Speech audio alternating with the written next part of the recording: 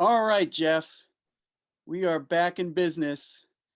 It's been a long time since we've done a podcast, but I'm very Yeah. glad to have you back on the show. Yes, thanks. Thanks for inviting me back. You were you were the star of one of my most popular episodes on the modularity of elliptic curves, is what I was trying to ask you about before. Something I'm still trying to figure out, by the way. But today you've agreed to talk to me about a more philosophical topic, right? Right. Okay, So we're going to talk about beauty in mathematics and what does that mean and kind of related topics. right. That's right. Let's see. I mean, it's getting away from the pure math, but there's this issue here. I hear it a lot. People talking about this issue of mathematical beauty. I'm very skeptical. I don't know if we agree. We've talked a little bit about, but I don't know what we think. But you've agreed to be my interlocutor. Mhm. Maybe you have something to say about this. So very good. So okay, mathematical beauty. Let me see how do I want to start here. I feel like if I just start to ask you what is mathematical beauty, this is one of these philosophical questions that's hard, where like the definition itself is something that probably comes out of discussion and examples. You can't just start by asking what is justice or something.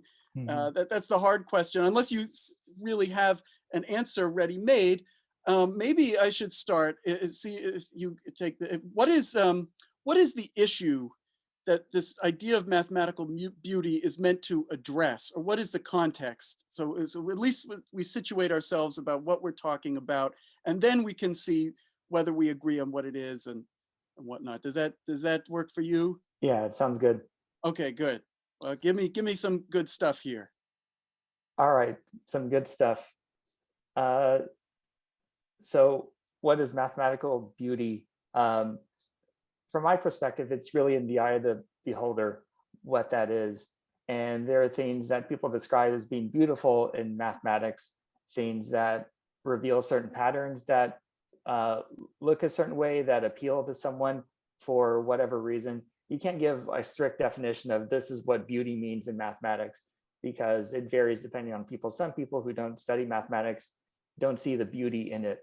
But for some mathematicians dedicated to certain areas, then they tend to see what they do as beautiful. At least that's been my impression. And there's a variety of things that you can talk about for beauty. So what makes a mathematical idea beautiful? What makes a statement or theorem beautiful? What makes a mathematical proof more beautiful or better than another proof?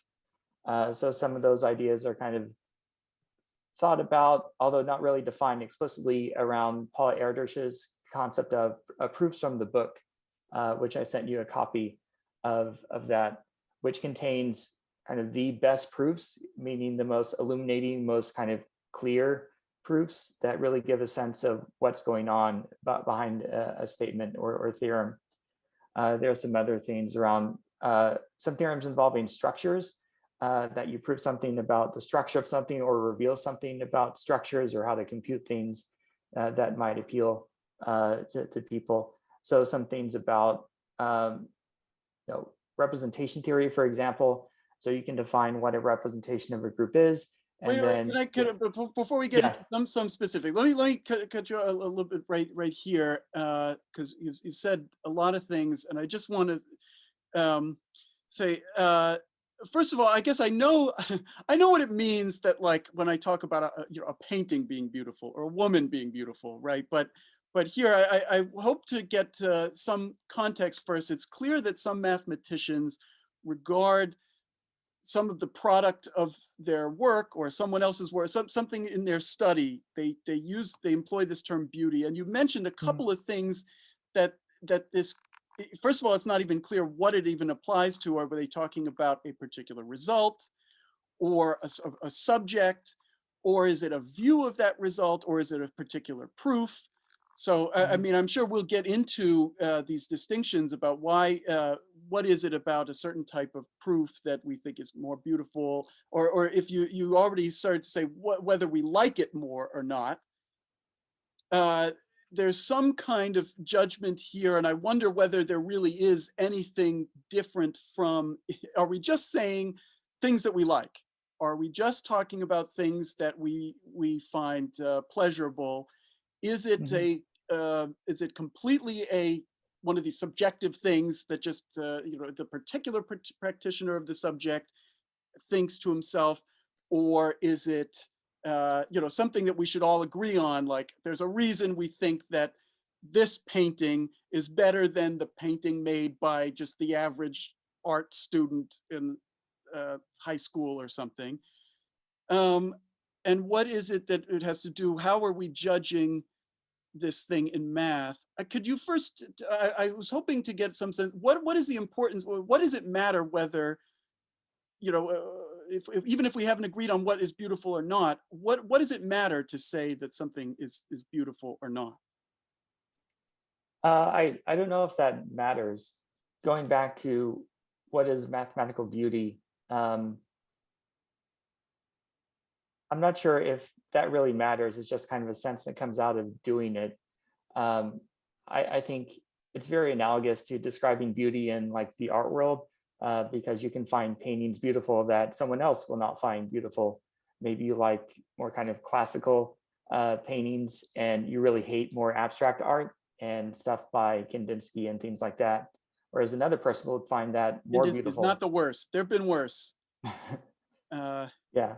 Or some of like the more like avant-garde things that you find of like just like a chair in a room, or some weird arrangements of just everyday objects, and that's art, and some people find beauty and some don't. So I but think isn't it's it the same for interesting? math.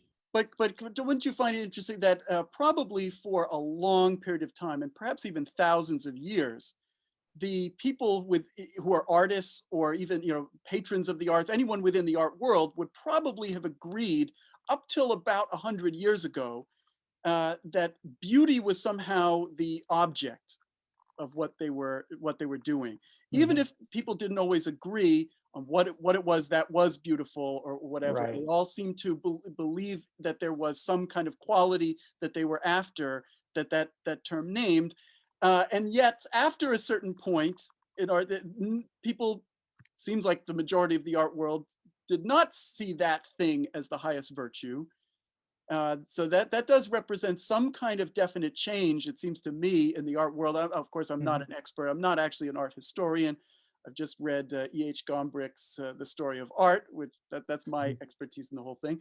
But in math, I don't know that there is quite the same. It's not quite as important, and yet it's not like there's been this shift. It does drive some amount of the thinking. It does drive something in mathematics. Would you agree that there is some kind of pursuit of this quality of beauty? I think so. So why do we do mathematics? Why do people become mathematicians? Common answers you get to that question are they're interested in truth. So mathematics has this system of logic, and you prove things, and there's no doubt that this is true. And it's very different from sciences, where you gather evidence to support your hypothesis that something is the way it is. But mathematics, you can actually prove things. You have to assume, the standard axioms or whatever.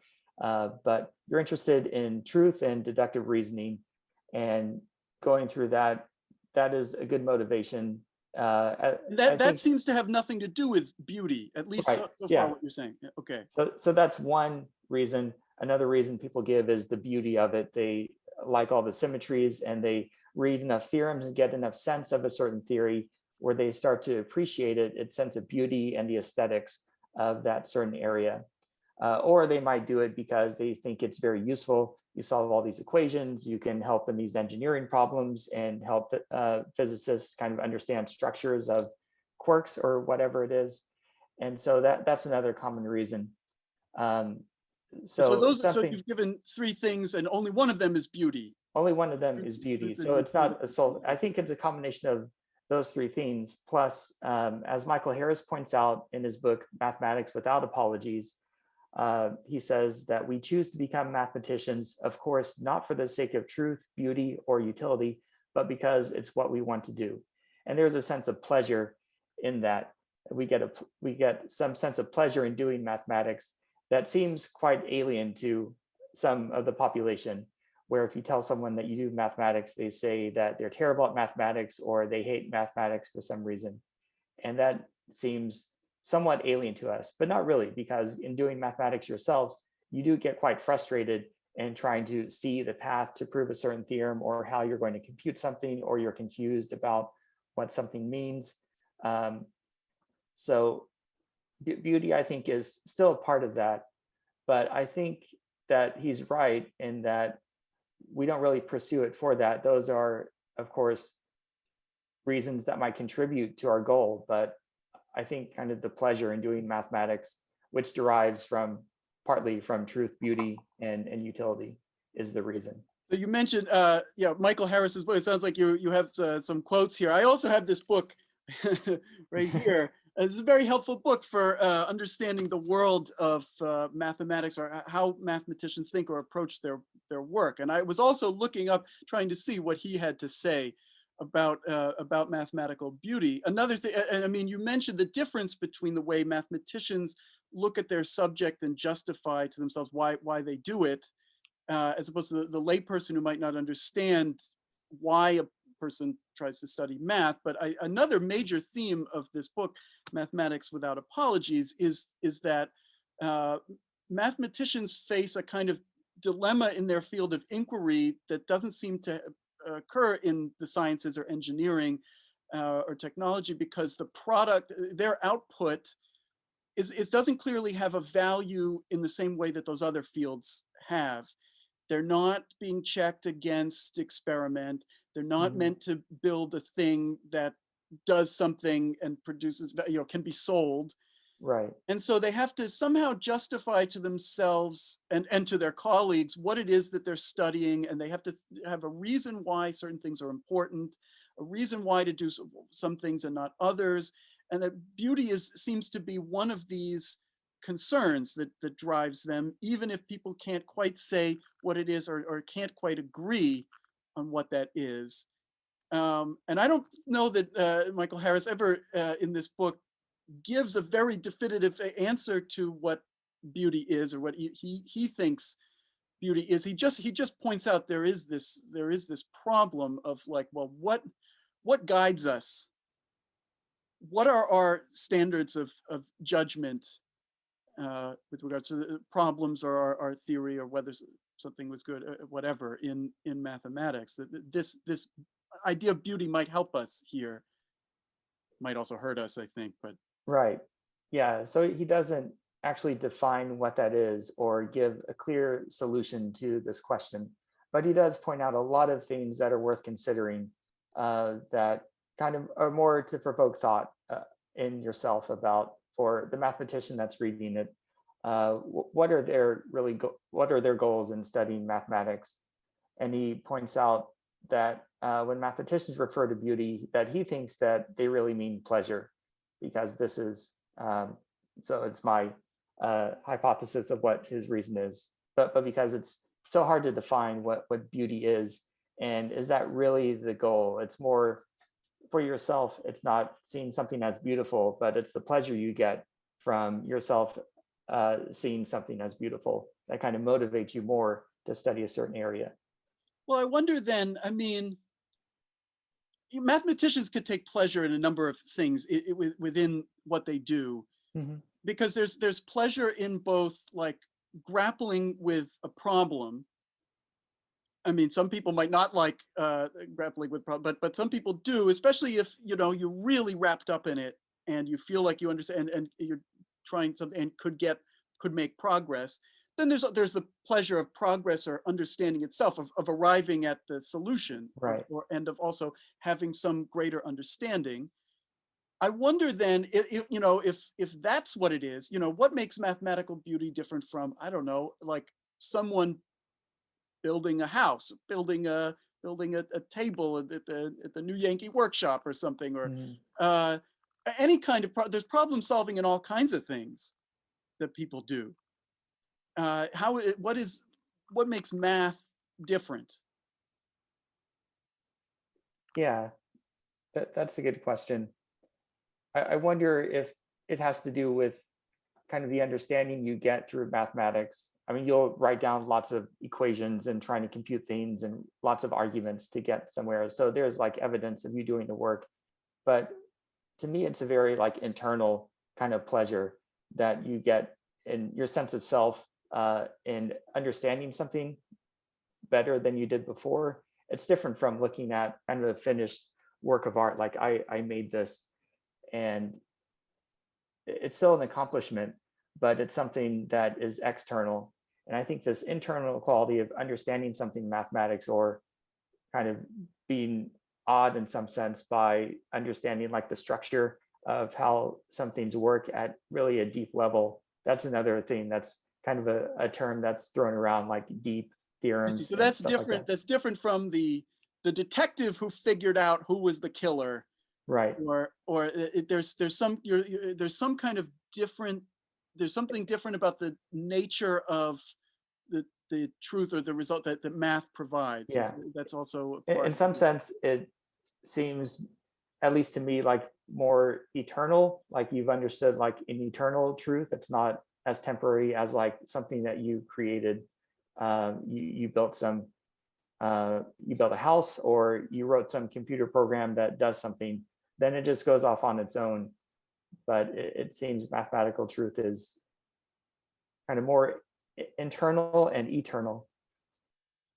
Well, I mean, there's an internal component of it, for the person who achieves this thing, and then you're talking about this eternal. There's something different about, the mathematical truths seem to be right independent of us in some way, and maybe Right. certainly from a young age, I think I had this intuition that I liked the way that a mathematical fact, I don't know, was somehow more complete to me than even someone could tell me a scientific fact about the weather, or Mhm.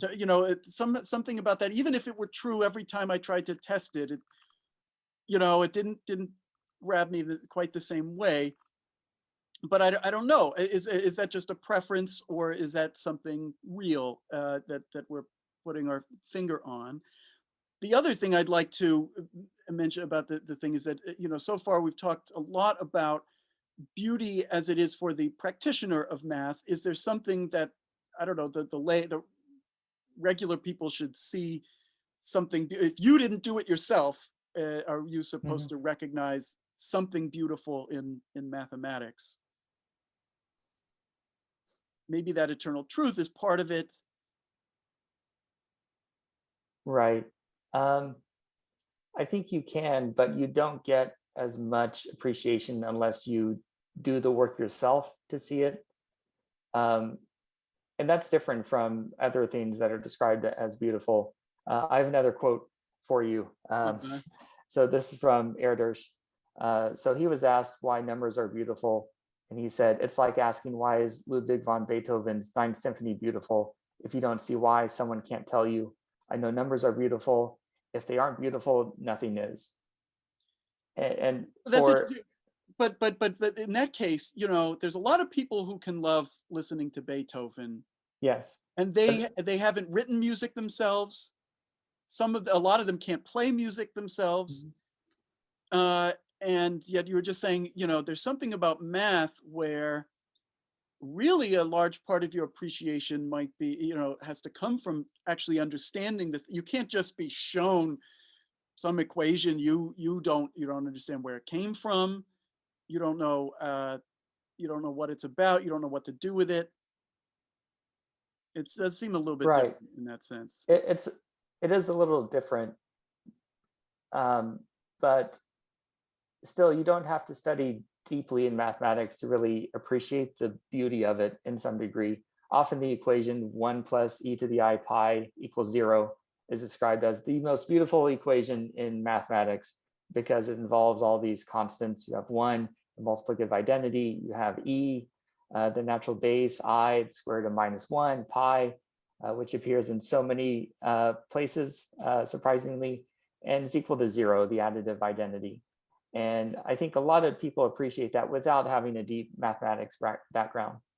Well, that's the kind of statement, it's said so many times that I think it begins to become meaningless. It's very Mm. stupid in my view. That when I really challenge things, I'm going to say, I don't know if I want to call that this is so beautiful, Mhm. especially if you don't know where it comes from. I want to say, look, that this Euler's identity is useful for understanding the exponential function in the complex plane, useful for understanding complex numbers.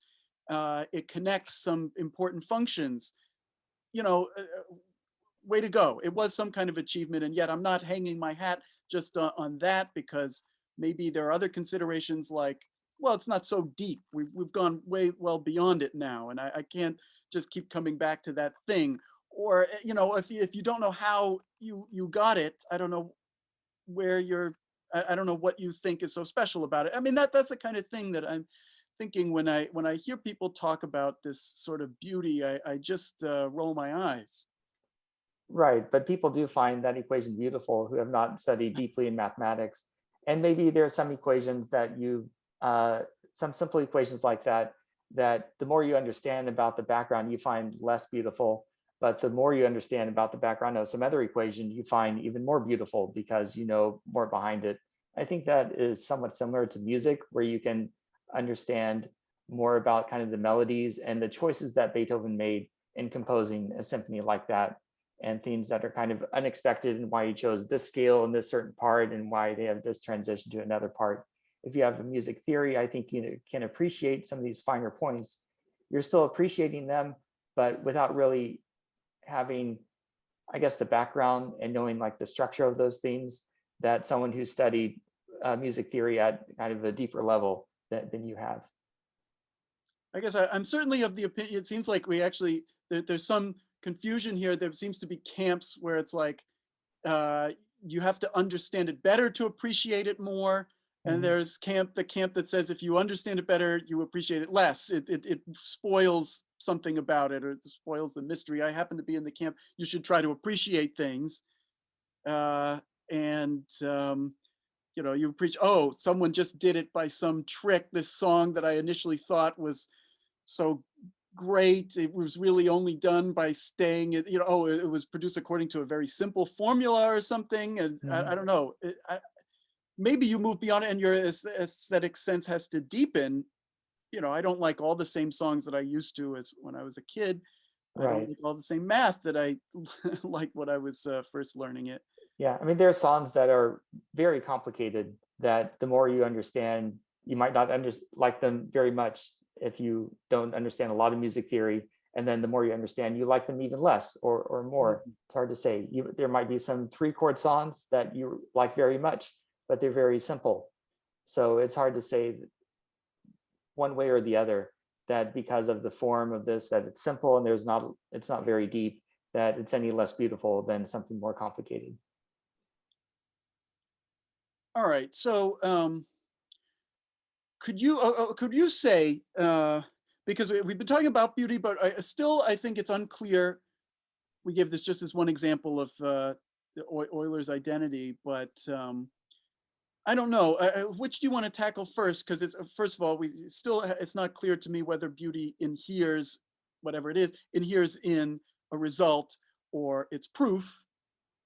But can you pick something and maybe tell me why it is or isn't beautiful, other than that Euler identity or something? Maybe you want to pick a result or maybe a proof. Try to. To pick something, um, But how about this? In any case, you think that it could be either. This the beauty could inhere in any of these things. Is that right? Is that yeah, so you can find beauty in many places in mathematics. And there could be some argument and a proof that you find particularly beautiful there, and it could be for a very boring statement. To give another kind of simple example, there's the story that everyone tells in calculus classes about Gauss and having to add up the numbers 1 to 100. And so you get this formula. You can prove it in lots of different ways. You can prove by induction. Maybe you think induction proofs aren't that great, or I maybe claim sometimes I they're. came up with that same method of summation independently at a young age Yeah. myself, but yeah, not the. All right, nice. Um, yeah, so you can prove it by induction, but I think for the proof that is involved in arranging these, having like one unit represented as a block, and you build the staircase, and you take the same staircase and flip it over and stack it on top of each other, and then you have a rectangle, and then you can multiply the sides to count how many boxes there are, divide by 2, you get the number of blocks in one staircase, and that's the summation. And I think that proof makes the statement more beautiful if you have that in mind, rather than induction and showing it's true for n is equal to 1 or 2, and then trying to prove that is true for n plus 1, assuming it's true up to n, and so on, because it involves a matter of perspective and how you're seeing this particular formula and what it could mean. So I find beauty in that, and having this be formulated as kind of a staircase problem, because then it becomes like a very visual thing, and you understand more about how to put numbers together in a way that is not as kind of arithmetic or algebraic. I'm not sure how you would describe it, as like a summation of those things. Okay, I mean, that's actually a reasonably interesting example. I think most people can understand. Why you like this other proof. I was thinking just you can pair off the smallest one with the largest one, and then the next smallest and next largest, etc. Mhm. That's how I think of this. But you're right that you can if you take this thing as it's an arithmetic progression, and you just flipped it over, and it's like this, it's suddenly, they line up. And what's nice about that picture? Why is that a proof that you like better than this other method of proof, where it seems like, well, once you sort of Yeah, know the answer, you can establish it by induction. right. And So induction, so let me answer your okay, question.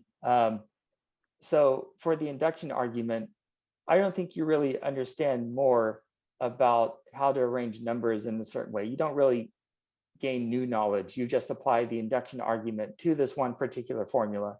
And there's some algebra that you do, and combine like terms to locate, the first sum or whatever, a standard induction argument, and it proves the statement, right? But the reason I think that the other proof is more beautiful is that it gives you a suggestion that maybe thinking about adding numbers, if I rearrange them in the right way, the problem becomes much, much easier.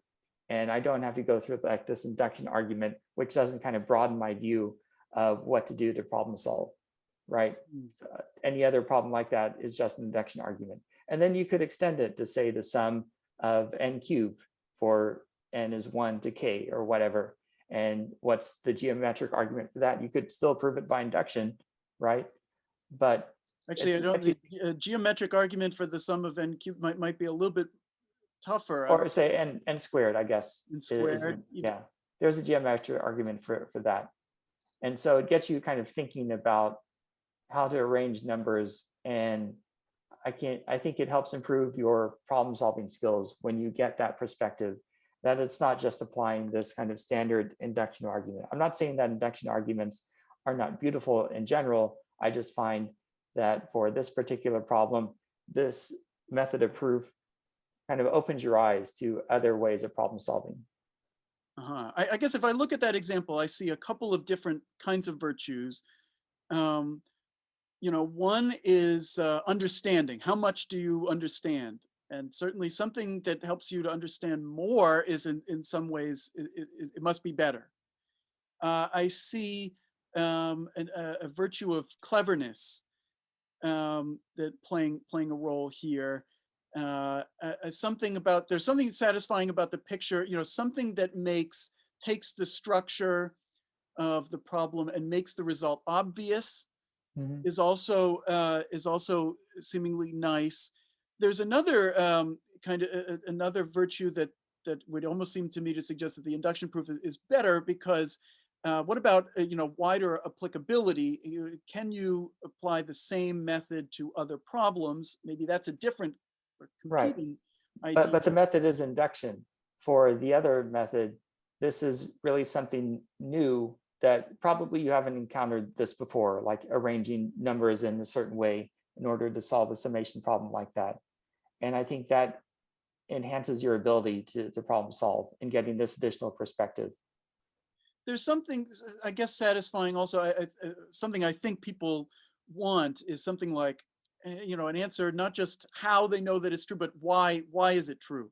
Mhm. And I've always been of the opinion, I don't know that there is a well-defined answer, that the question of why in math always makes sense. And yet we feel that if we have the right picture that tells us, oh, like with that picture, it makes it happen. It's clear to us. I think that's the pleasurable thing. And we consider that to be an answer to this question of why, that's somehow Yeah. more satisfying than the simple algebraic fact that, I don't know, n times n plus 1 over 2 plus n Mhm. plus 1 is the next one or something. Right. So, um, of course, so going back to the beauty of statements and beauty of proofs, there's some getting enough understanding why certain statements are true is valuable, and I find beauty in those in multiple ways.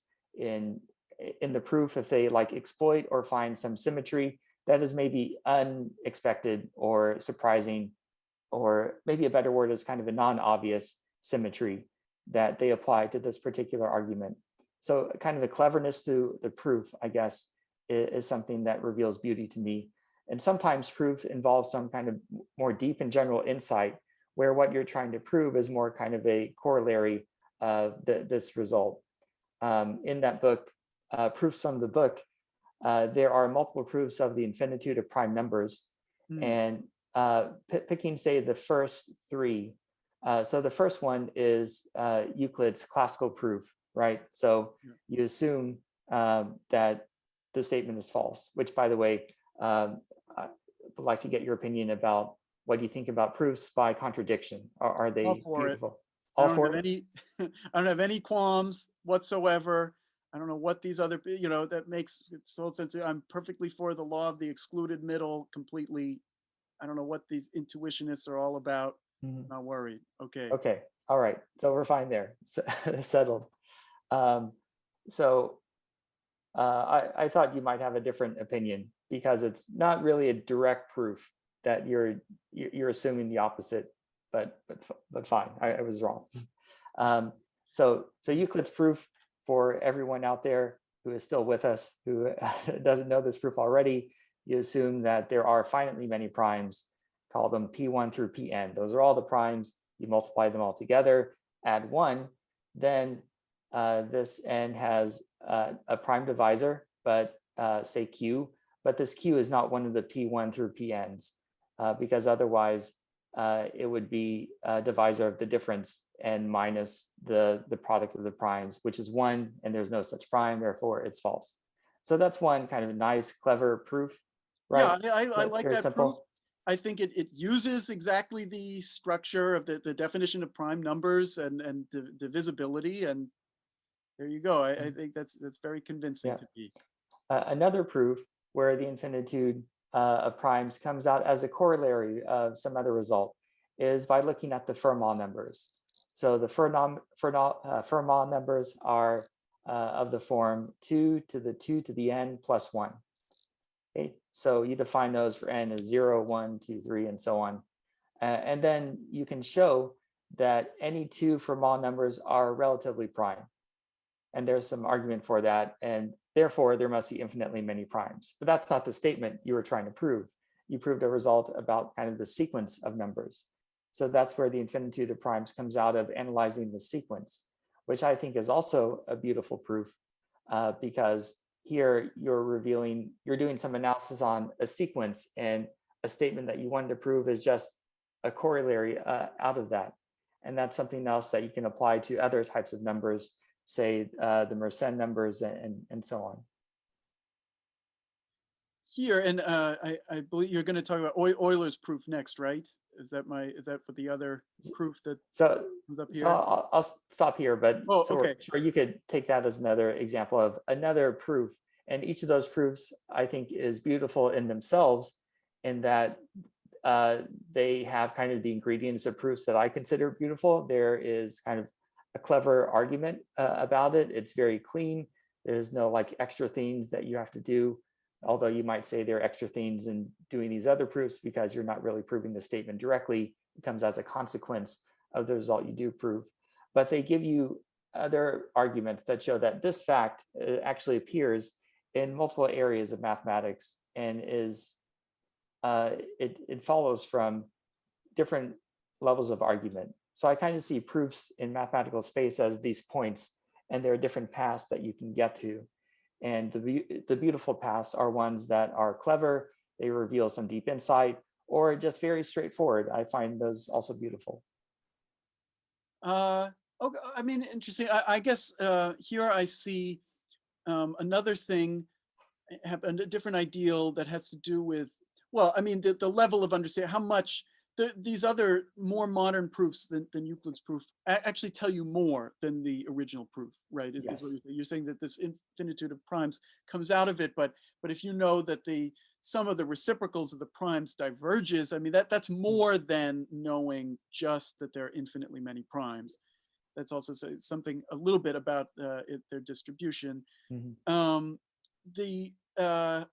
I mean, and knowing more is better, for sure. Right. That must be one on some axis, but of beauty. But can you know, something that occurs to me about what you're saying when you say you look at these proofs and you like that they're clever. What do you think of this? You know, maybe when I was a student, and what I was hoping to get out of math and also what was expected of me was different. You know, I was perfectly happy to, you know, read someone's very clever proof that I would not have come up, and it uses all these ideas I'd never heard about and I wouldn't have come up with on my own. And then, you know, the result pops out. And, you know, I'm prepared Mm-hmm. to appreciate that proof, and I'm prepared to repeat it now. And you know, it's somehow nice to know it. And yet, as a professional or as a working mathematician, there's something about that that bothers me, because if I see a proof and I have no idea how I would have come up with that on my own, then I'm very worried. I don't like. I like, you know, there's something else I like about a proof where oh, like I see the chain. Like, here's how I would have started from what I know. And Mm-hmm. here's how to, you know, here's what I need to observe. Here's what I need to test. Here's what comes out of that. Here's the observation, you know, and oh, like this is how you arrive there. And actually, so, you know, the cleverness, which you might like in some context in a proof, bothers me in a different context. What do you think of that? Yeah. So some proofs that you find in some theorems and analysis, for example, there are some basic tricks that are used. You multiply by 1 and you add 0 if you're trying to prove some like inequality or show something that's less than epsilon. But you need to write 1 in a very clever way, and you need to write 0 in a clever way. And sometimes that is not at all obvious, and you don't know how the person thought of like these particular functions in order to do that. Have you seen this text? I think they're called like Jewish problems it's on the Jewish archive. problems? Yeah. I don't know. I don't know this. You don't know? Okay. So what university? I don't want to say if it's wrong, but I think so. It was a university in Russia, and they were discriminating against Jewish applicants. Oh, yes. Okay. Okay. I'm familiar with this the phenomenon. Yeah. So these are problems that are very simple, and their solutions appear very simply. They look like they're straightforward, but they involve some step, which is, I guess, let's say, nearly impossible for someone to kind of think of on the fly in solving these problems. But when you look at the solution, it looks very clean, but it's to your point, like it's not very beautiful in that these are not things that are going to help you grow your problem solving skills in general. It's just what happened to be used to prove this particular statement. And I can appreciate that to some degree, but I appreciate the proofs where I can take things from that to make an argument in a similar form for some other statement. Just to be clear, I guess you're talking about this phenomena where in Russia they had the Russian authority, they felt they had too many Jews in the universities, and so they gave examinations to them with particularly, they tried to give them certain kinds of hard problems, but ones they could justify, in order Right. to try to keep these smart Jew mathematicians from being in the university. Ed Frenkel has something in his book about like the questions his examiners asked him, and of course, by now he's a mathematician and he knows the solutions to these problems, but he also knows how unfair it was that they Right. asked him at that age, high school age, these particular questions. Yes, I guess I did read that passage and I agreed with his assessment of his examination. Yeah. Uh, So if you look at those problems and their solutions, they appear perfectly reasonable. And it takes someone really trained, or I guess with enough experience in trying to solve problems to see like, oh, this step, how would anyone ever come up with something like that? But it looks so simple. And so to anyone kind of untrained or administration, it'd be hard to argue like you designed this exam to discriminate against someone. mhm. Yeah, I don't like just very generally these kinds of questions. If you need to somehow have known or seen that thing Right. and then to do it. Uh, It, all, it, if only you multiplied by ln of secant squared x plus tangent x over itself, then yeah, yeah. yeah, uh, things like that. Yeah, you're not. There's something in math I like that you're not. You don't have to know it already. You can take what you have and your tools and apply it to something and gain new knowledge. Mhm. Something that I like. I notice. I don't know. I'm just thinking in the Harry Potter books, Hermione always has her hand raised, and it's never. It's because she's read the book. It's because she's already knows that Right. fact. It's never because you can actually figure it out. Whatever. I'm just. Yeah. Uh, um, so those um, I mean that's one class of proof. Um, the another one that I really appreciate even more are those that kind of inspire definitions, that you use some property that you need this object to have for whatever reason, and that's the only way that it makes the proof work, right? These are how a lot of these kind of properties and definitions come about. And say algebraic number theory, you need your ideal to be like this, and maybe sometimes it depends on the uniformizer or whatever. And those are things that kind of reveal more of the structure. What are the key ingredients? What's most important about this object making that you're considering? distinctions, I think. Yes. Oh, like it works in this case and not that case. And Right. it's sometimes obscured by the statement of the theorem, because Yeah. in the finished product, it will say theorem, let this be and then all the qualifications, right? And then you can Exactly. show this. And what the mathematician was actually doing was he was studying things that didn't have all those Mhm. qualifications. And Exactly. he tried to show that thing, and he realized, wait a minute, you have to measure this, and sometimes it's the case, and sometimes it's not the case. Right. And the thing you need is when it's this. Yeah. And The way that's mathematics is presented in yeah, textbooks and papers, it is kind of the reverse of how it's actually done, where you start with an object, you might have some end goal in mind, and then you find that you need to make some assumptions to get from one step to the next. Maybe some you don't really need, as people find out that this is kind of superfluous for some reason. Uh, but you don't have like, I already know what I need to define, what properties are important, and assume those in the theorem. And then the proof appears to be very straightforward. It's cleaned up a lot in these textbooks, but it's kind of hiding the, um, I guess, the generation of mathematics and how it's usually done.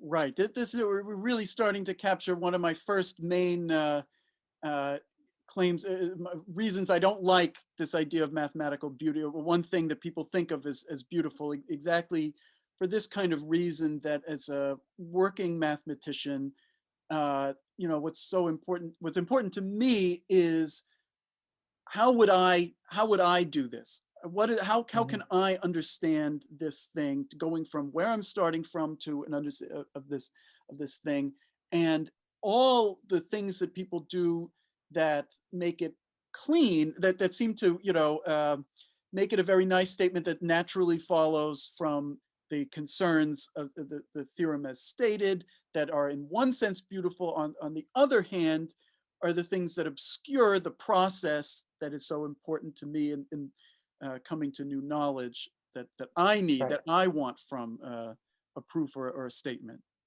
But I think it's the discovering of those things as you do your work that is beautiful. Like you found something that you need that may be absolutely crucial for you able to continue to prove the statement.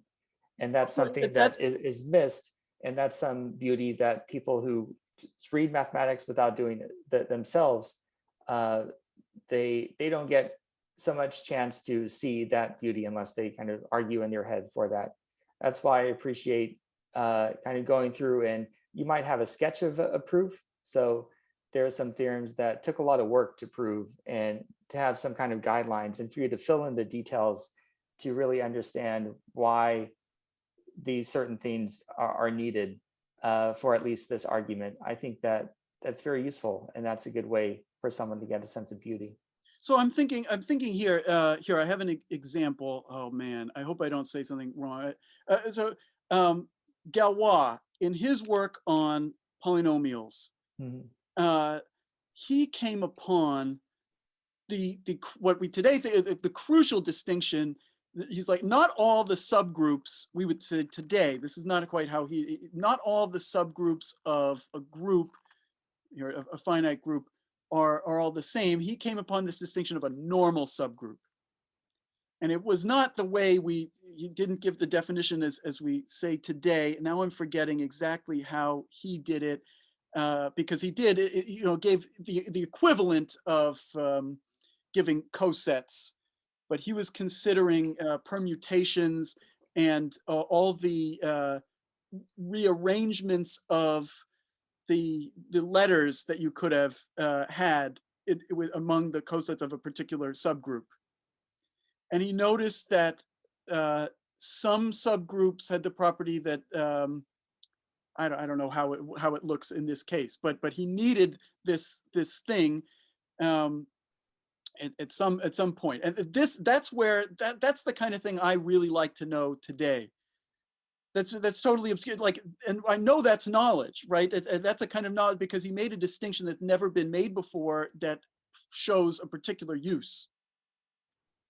Mhm. But and somehow it's not just about a result. It's also about how we look at the result and how we prove it. Because today we start out from giving this, this wonderful definition that I don't think anyone would have come up with unless Galois had been, trying this other thing with very explicit about permutations, subgroups, and he didn't even call them cosets, but he, looked at under other replacements of the letters within the cosets, within that group, if that's how he was Mhm. thinking of it. Yeah, no, I mean, I don't know. Beautiful, I don't know. Does that apply? Beautiful in the same way, but new knowledge for sure. Good result for sure, right? Right. Yeah, I think I would call that beautiful. It's really discovering something that is much more useful than as applies to that particular problem, right? So normal subgroups appear everywhere. Now he didn't know that at the time. Right. Uh, But in finding that, just it's hard. Is mathematics created or discovered is another discussion. But to have like that concept be established, and people take the work that mathematicians have done for granted to develop these concepts that really make these arguments very clean that you find in textbooks. But I do find stuff like that beautiful. this is on you personally. You say this is, when you're saying something is beautiful or not. Right. I mean, beauty is in the eye of the beholder, right? So to me, it's beautiful. Hmm. Uh, hmm. Um, Let me see. I guess are there whole subjects which are beautiful? Can you tell me a piece of ugly mathematics? Maybe that will help clarify what this is. If you can say, here's a thing. I mean, so because there's going to be knowledge, there's going to be things that people definitely. I mean, it's math, it's there, but you don't like it for some reason, and maybe that will help pin this down. Things that are not beautiful in mathematics, or things that are ugly in mathematics. Hmm? Yeah, I'm trying to think of some examples of ugly mathematics. I mean, it could be a whole subject you don't like for some reason. Could be that frankly, that this seems trivial, but I hate the old books that are typeset in like the typewriter font. Basically, anything Yeah, written like that, I'm just not gonna. I'm gonna say that's ugly mathematics. I want a more modern book, perhaps. right. I mean, formats of books, that's not really what we're talking about, Yeah. though. So what is ugly mathematics? Let me see. Have I purchased a book with ugly mathematics? And there's a lot of mathematics that I don't understand, but I hesitate to call it ugly because I don't understand it. Um, Uh, could it be because I mean, there's all kinds of subjects that I don't like, and I don't know whether I'm calling it. It has to do with beauty as we understand it. Although, of course, it's some kind of aesthetic. It's some kind of judgment about about that kind of math that I either think it is not important. It's not concerned with stuff that I care about, or it's proofs.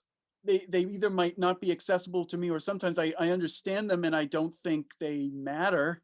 There's certainly in some of these very abstract subjects, like I just think that the whole idea of studying categories for their own sake is just a stupid thing to do and pointless. There are people's individual research problems that I think are, for whatever reason, not fruitful. That's like the wrong thing to study, and what I regard a result in that direction is good or bad, beautiful or ugly. I'm not sure. yeah, I something occurred to me. So it's not that I find it ugly. I just find it not to be beautiful usually. So people have lots of results about congruences, say of modular forms to another modular form. I don't really find those to be all that great unless they point out like this is where it's very useful.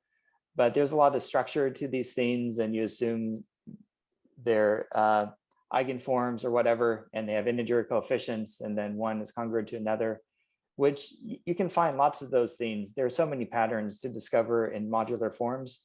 So finding patterns for the sake of just finding patterns, I don't see as very useful. It doesn't really enhance the subject that much. I mean, there's someone can point out, I'm sure the chat's going to be filled up with, oh, you missed this example of this congruence of modular forms, and that's going to be useful.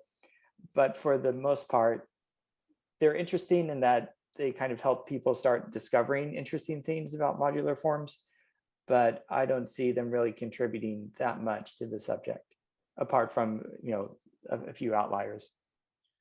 Well, oh, yeah, you see for sure that mathematicians, that you need. It's somehow unavoidable to deal with these philosophical questions because we need to have some sort of judgment about what's important, what we want to pursue, and what work we think is good, Mhm. uh, and how it should be written, and things like that. And we don't agree on these things, but we are referring to something. And of course, it's not clear that we can give any kind of objective assessment because it really has a lot to do with our own understanding or our own motivations. But as you say, yeah, it seems like here you're talking about people. There are results out there that possibly you could prove. You could prove all kinds of Right. things about I don't know, numbers with some property you invented. and maybe show in the end there are no numbers with that property or something. But if Right. unless it's connected to something else that you already wanted to know about, it's very hard to know. Well, even if you worked hard, even if you use clever arguments, what does it matter? Then there are people who really do think it should be.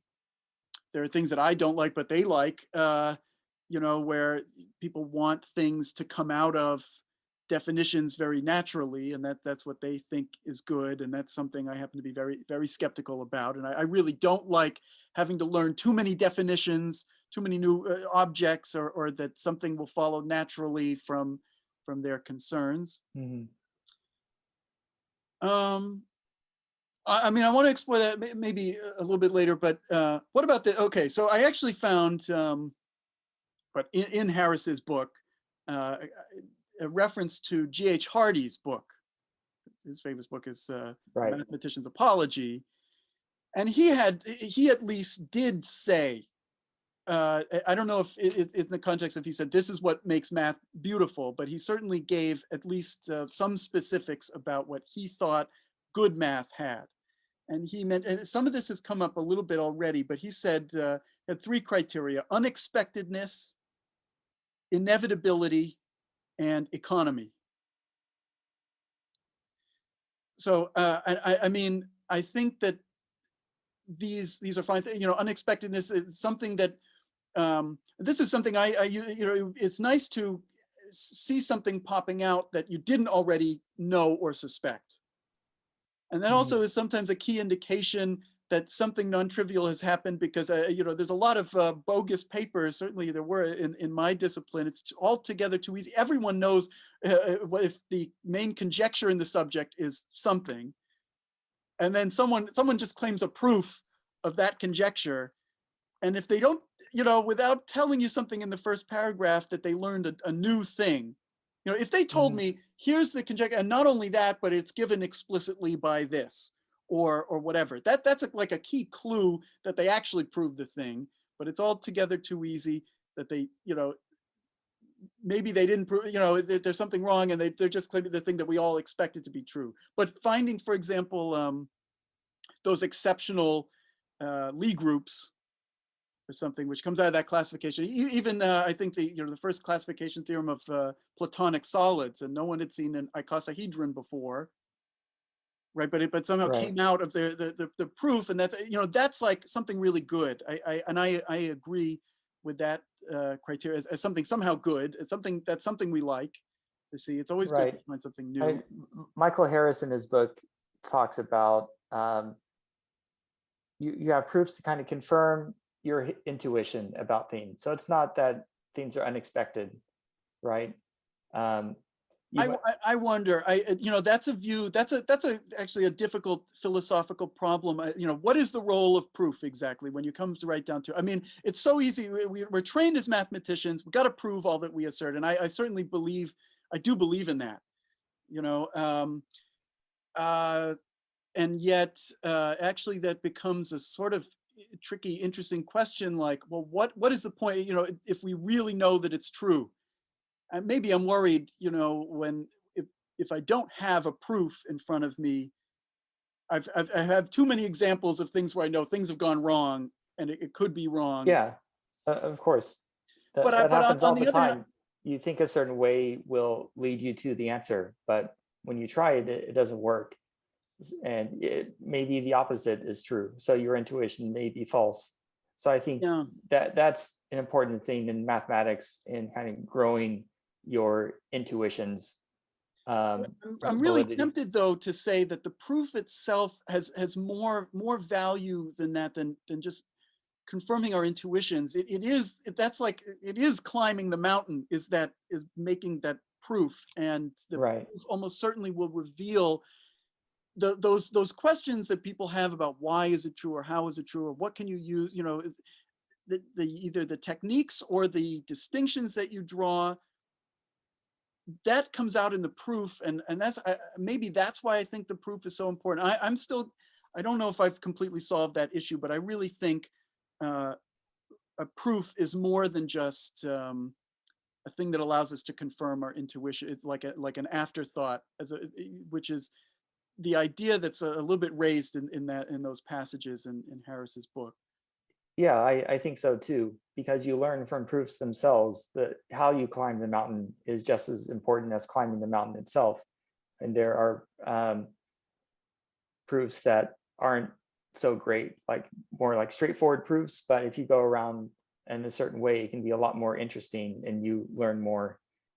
But we were talking about Such this. as- We're talking about this in relation to this thing that there's something unexpected, and that's why I think, I mean, the examples that came to my mind, you know, what does it mean that something is unexpected? If your proof reveals something particular that you could not have anticipated, then that is, I mean, I just think that's a wonderful thing, because it's a kind of new knowledge, and it has to come out in that proof. It's also a key indication that what you were doing was somehow important to be done. Right. But that changes your result, right? So going back to this is how the statement would be presented in the textbook, right? So the statement is false, but in going through the mathematics that you do to prove the statement or show that it's not true, the interesting part is why, like what failed in the proof and why did it fail? Yes, that's something, as a mathematician, I certainly care about that. But I also think that people can appreciate on some level, even if they don't. I mean, okay, the proof will be good too, but someone has to appreciate, like, you started out by saying, you know, physicists understood at some point that there are these continuous groups of symmetries, say, of space, that you can Right. rotate things in space. And then eventually someone, you know, various people tried to set down, like, okay, well, what types of, can we say what are all those types of symmetries? And of course they had to make all kinds of qualifications, and then until they, you know, they only want to study these compact groups, and they only want it to be simple because they don't want to just combine two groups or whatever. Right. And it turned out that once they had set down, well, it's both a group, so you can compose because they're symmetries, but also it's a manifold, so it has the structure of it, and you can move continuously around it. And with those other qualifications, actually, that is so rigid that the only ones that can be, look, there's 4 infinite families, and 2 of them are the rotation, exactly the rotations, but one in even dimensions and one in odd dimensions. There's rotations in the complex plane, essentially, the unitary groups. Yeah. And then there's the symplectic groups, which physicists had also come up with. And then it turns out there's just these, what is it, 5 other ones that, you know, that just pop, that no one had written down before. Right. But the rules, the restrictions led to conditions, and the conditions said you can only do it these ways. And actually there were ways of doing it that seemed to be these other things. And then those things could actually be found and constructed, E6, E7, E8, and F4, G2, or whatever. And it's like, wow, you know, that's really amazing. That's like an astounding result. It's such a complete result. It has the other things. It has the air of inevitability, which is the other thing. You know, it came out of those concerns, and it couldn't have been another way, right?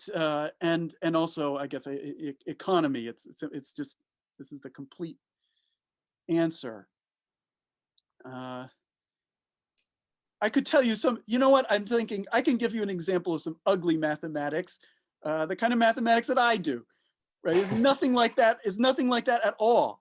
You know, I mean, it's mathematics that I happen to like, but you can see, let me just to explain, I mean, the kind of results that I try to go for in analysis may not have any of those 3 things about them. You know, I tried to prove a bound. I was trying to show you know, rational functions approximating certain functions in the complex plane in this recent paper.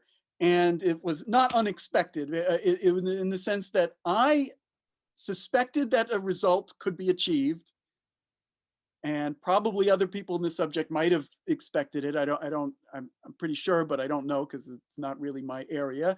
And so I just went after that result. And then the final result that I proved is not inevitable, because because I didn't form a complete theory of what I was doing, and I just threw every technique I had at the wall to get it.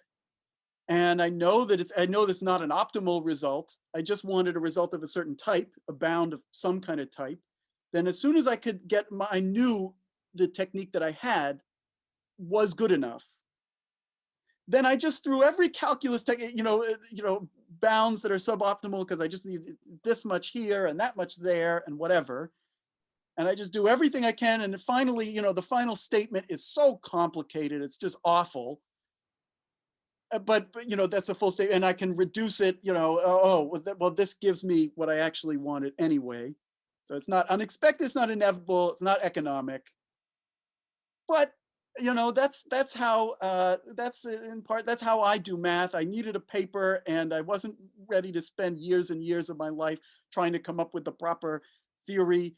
But I wanted a result, and I think that result is good, and it's new, and it's whatever. So that's something maybe a lot of people out there might say is ugly math, the kind of math that I'm practicing. What do you think of that? So I guess you could say that some math is ugly if you go about trying to prove a certain statement in a very secured, I can't say that word, a very labyrinthian path to get there. And Circuitous, is that what? Yeah, circuitous, yeah. So you could go through the weeds to prove some statements. So it kind of, for beautiful mathematics, the argument should be clean and somewhat, not involve necessary steps. It's hard to know what that means exactly, right? And certainly you don't know when you set out. Yeah, that's true. But in going through and trying to get there, you still learn something in going through quote unquote ugly mathematics. Do you not? Yes, I think so. At least part of it I learned something, and maybe part of it is just maybe some part of this proof that the referees will never read. It's just that I knew, at some point we sort of know that, I know there's so many epsilons here, and I know that once they're all made small, the result will come out, but I have to prove it because that's the standard in a paper, and the proof is ugly. The proof is long. It's so many choices that are that I just made in some cases to make my life easier. It's a suboptimal result. That these are all the things that some people don't like, and I know why I did it. I just but it's something I like. There are some other proofs that are okay, not so bad as that, but Gauss was obsessed with this quadratic reciprocity, and he eventually gave 8 proofs of it, I think. But his original proofs, there are these it's a tour de force, because it's he knows where he needs to end up, so he does everything he has to do. It's just whatever it takes to get to the next step, and the next, it just goes on and on, pages and pages and pages. And I think there's something that has its own kind of merit. And I see that in there are some other major proofs that when the proof was big enough, that it was such a major task. It was too much to reduce in the first instance to something clean and neat. But it's even more special that it you can see the effort in the writing. Right. It's a totally different kind of thing that I appreciate on some level. Is that what beauty is? I don't know. It seems to be the opposite of what people seem to mean as being beautiful. Right. And to me, so I haven't looked at it, your proof, but it's hard for me to imagine really ugly mathematics. Could be mathematics that is too overly complicated, and there is a cleaner way, and sometimes things aren't done optimally, and you often don't know what the optimal way is, right? So you don't look at the statement and know, oh, here is the shortest path to get there, and this is the one that's the most illuminating that I could apply to other things. You don't know any of that, even if you find such a thing, right? You don't know if this argument is or this argument style is going to be applicable to other problems. But in getting there, at least for me, when I go through proofs, like I'll go through them over and over again to really understand that path. And sometimes that can lead to more insights. So in that sense, any mathematics you do, you learn from. And there's some beauty in that. You might not call it beautiful, but I think this process of growing your intuition and problem solving skills and just understanding structures and objects and how they relate to each other in mathematics as beautiful, no matter what it is that you've done. Well, I'm just thinking part of this process has to be that you have to try the thing that you already know first Right. and see if it works. And if it's good enough, then on some level that has to be fine. And if the problem had turned out to be fundamentally harder, and the thing that I tried didn't work, then I might have been forced. Maybe I would never have gotten anywhere, but I might have been forced to do something that would have been deeper exposed.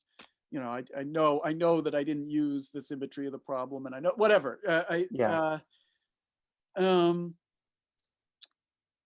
guess. Well, I'm just that seemed to be a clear example. Well, for example, there's all kinds of results in analysis that someone might, if you find a bound, you asked about this shortest distance. I mean, someone might really want to know, I don't know, some optimal thing, but actually it might be useful to know just a better solution than the stupidest answer. And you spend a lot of pages constructing something. And in the end, that thing, it's better. It's a result. You'll have a true result. Right. Maybe you can use it to get an optimal thing. Maybe you can't. But actually, it depended on a whole lot of your choices and whatever. And I understand that that's a lot of people might say, well, that doesn't belong in the annals. That that's just whatever you could do using your clever techniques, and it's just awful. Right. But who's to say that there is a way that's better than what you did? Oh yeah, if someone comes That along, happens a lot in, say, modular forms. Computing spaces of modular forms. There are dimension forms for some of the others. We just know they're finite dimensional.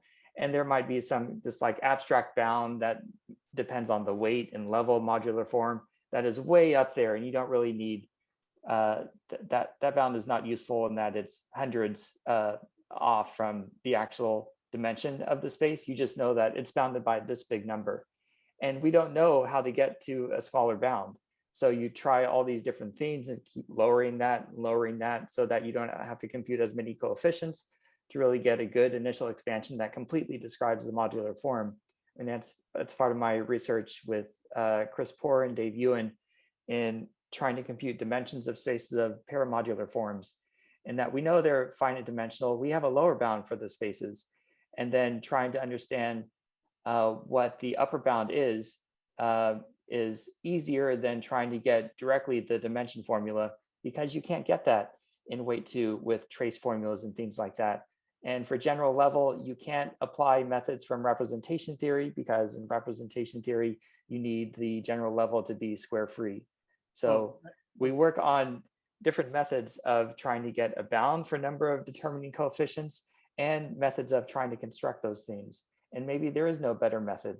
Maybe there is, and just no one has developed the theory around it. Of course, okay, so that brings up a couple of thoughts to me. I mean, I can see why someone from the future, someone looking back can say, of course, they prefer the complete result. Mm-hmm. But to a working mathematician, you don't know if you could get the complete result. You have to push forward with whatever you can. And so Right. I have to say, I think that notion of beauty is a problem if it's getting in the way of hampering actual progress. It just occurs to me though that there are other cases where I think that's bad. Like, for example, if you kept pushing the bounds, but you are dealing with a question. I have a friend who is obsessed with this issue of odd perfect numbers. Okay, and imagine, Of course. Of Of course. course, yeah. Well, I don't know. I'm just look. I don't know the situation with this, but I'm just. I know he's talked about this a long time, and I'm thinking like, okay, someone proves a result. There's no perfect numbers below a trillion, and then someone else. There's no odd perfect numbers below 10 to the trillion, and then Mhm. there's that. Well, look. I wonder. I mean, on some level, that's a result.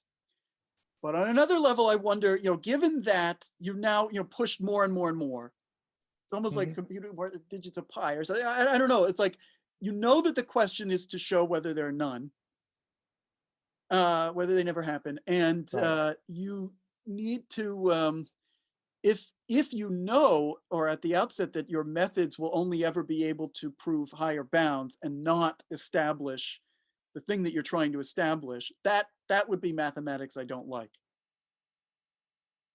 That would be a different Well, kind of thing, that a different kind of bad mathematics in my I view. think that's more about the statement, because if they could prove that there were none with the available techniques, with what people have thought of now, like they would do it. But in looking at the different types of proof that you find for bounds like that, you do learn something, because they exploit You various learn structures something. Yes, in I, order to I get like. bounds. And when they find some improvement, there's a different method. They don't apply the same arguments generally to get that new bound. That right. That's fair. I guess I don't know if it's the case in that particular situation. I guess I don't like math that seems to offer no hope of addressing what seems to be the key issue in the matter of investigation. That's maybe what one thing I wanted to bring up. Right. And we don't know if there's going to be some theory developed that would make this a lot easier using, or some new tool that's developed to help that. You don't know that. And then maybe later on you can say that mathematics was not beautiful. But then that's again part of like the genetic history of that result, right? I mean, there are these huge problems in algebra, like the classification of finite simple groups, Yeah. where no one is going to understand all of the proof, right? It's like 5,000 pages or whatever. You put that all together and you discover groups that were suspected to exist, like the monster group, along the way, and has various interesting properties. But it involves so much of this work. There's not I suspect anyway, there's not going to be like a clean proof that develops this result. It's combining a lot of maybe ugly mathematics to put together to prove this statement, or this classification rather. Um, Let me think here. I do want to know, because this might be a place where we differ. One of the main invocations I know of this issue of beauty in math comes in the Grothendieck school of thinking about the way of thinking about math, both in terms of structure and trying to find the correct mathematics, the reason why everything is true, the right way of looking at things, so that every fact that you'd want to know somehow pops out of the definitions. Right. This, Mhm. this is some this is some aesthetic ideal that mathematicians hold. Would you agree? I agree. Yeah, and this is something I really think is wrong. This is something I absolutely hate. I think has led math completely astray. This is where I really disagree with their aesthetic sense, and I think that math pursued in this way obscures all of what I think is important, and how one would actually know how to make progress, how to gain new knowledge, what are the key steps, etc. What is your view And on that? that's the ideal, right? You want things to be clear and follow from the definitions. I mean, it's not as simple as that makes it sound, right? It's not going to be as straightforward. You define a certain way and you prove something in general for objects in this particular category. And there's a lot of work done in relating objects in different categories and defining the right functors, and proving results about exactness and so on. So some of the definitions are there, but it's not something that follows so immediately from definitions. There's still some argument to make. But I think that is the ideal of mathematics, in making something so clear that if you understand all of the definitions and the argument, that it seems straightforward when it's actually not. There's a lot of work in getting to that, and doing mathematics may not be as clean as the ideal, but I think that's what a lot of mathematicians have in mind. Yeah, but don't you see that there's somehow, for me, it's almost exactly the opposite. I mean, you're calling it clear because there's a way of rewriting the subject so that you define your objects of study to have the right property. Those definitions contain so many restrictions and qualification, and they're so precise that the theorem, that the result that we were looking for applies exactly. It comes right out of those conditions. And I think it's so backwards, and it bothers me intensely. First of all, because I don't want to have to, it's so hard for me to learn at the beginning what the hell all these abstract definitions are. And my preference is to take the thing that I already knew about, like I'm already prepared to study, elliptic curves, or a certain partial differential equation. I'm already, and I want to know something about that. And sort of like we were discussing earlier, the critical distinctions come out when you try to apply techniques, when you try to measure things, and that's the way. Certainly, that's the way I understand mathematics a lot better. And I'm willing to, I don't need it to be so clear. You started thinking about one thing, and in the end, you actually had to research. Oh, I had to include another assumption. All right, discovered that really the structure I care about is this. And that's how I understand it. And I hate it makes it so much more difficult for me to understand what the hell is going on when your concerns are things like generality, when your concerns are this exact, that's not how I work. So that I find ugly. If I see math and there's too many commutative diagrams on the page, and there's too many equalities and not enough inequalities, not enough take an integral and measure and compare it to something else. The algebra, that's what I find ugly. I like the gritty stuff that those people find ugly. That's what I like. I think is good mathematics. That's what I think is beautiful mathematics. Yeah, I grant you that the idealized version of this, and having the definitions be so clean and the theorems relying exactly on the properties that you define, does take for granted all the work that was done to get there.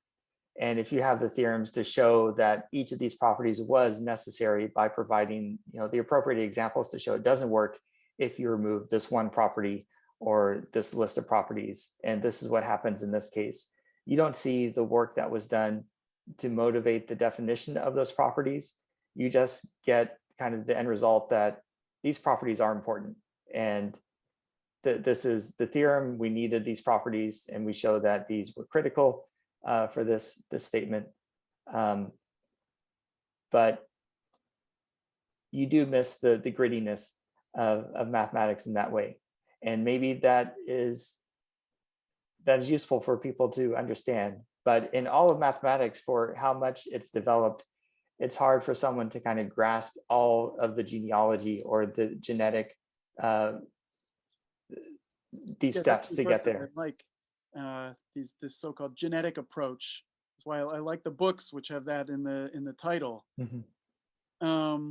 And I find that to the extent that I try to understand algebra, and it's really this work of this guy H.M. Edwards, who I believe was doing much the same kind of thing, a guy trained as an analyst who wrote books on algebraic subjects, mostly the number theory of the 19th century. In his writing, it appears totally differently than you'd see in a lot of the modern books, because he gives a historical account. Here it is. He has this book on post the Amazon link. It pops up in the. I don't know how to. I know that some people actually get money from to their if they have links and people buy the Amazon books, and I don't know how to do. I don't have a big enough channel yet, perhaps, but. Okay. You know, I wish I could have more books like in his way for 20th century number theory for the, you know, the subject I'm trying to learn. And you know, sometimes when I piece it together, I have to unravel so much language, you know, and in the end I say, oh, all you were saying is, you know, these linear, you know, your isogeny is just given by this data. You should have just said that. I don't need to hear about what it means in the category of such and such. You know, I just need this. Right. It's a different aesthetic kind of criteria. I want things to be somehow, you know, some people want like proofs that are as general, you know, apply as generally as possible. And, you know, I understand, you know, in principle, you don't want to, but I actually want things, I like things when they're specific, because I know it's, well, you're using all of the structure that you care about. Or also because you're using the thing to get the kind of result that you care about in this context. That's another thing. That's something I like. Makes it hard for me to read anything algebraic.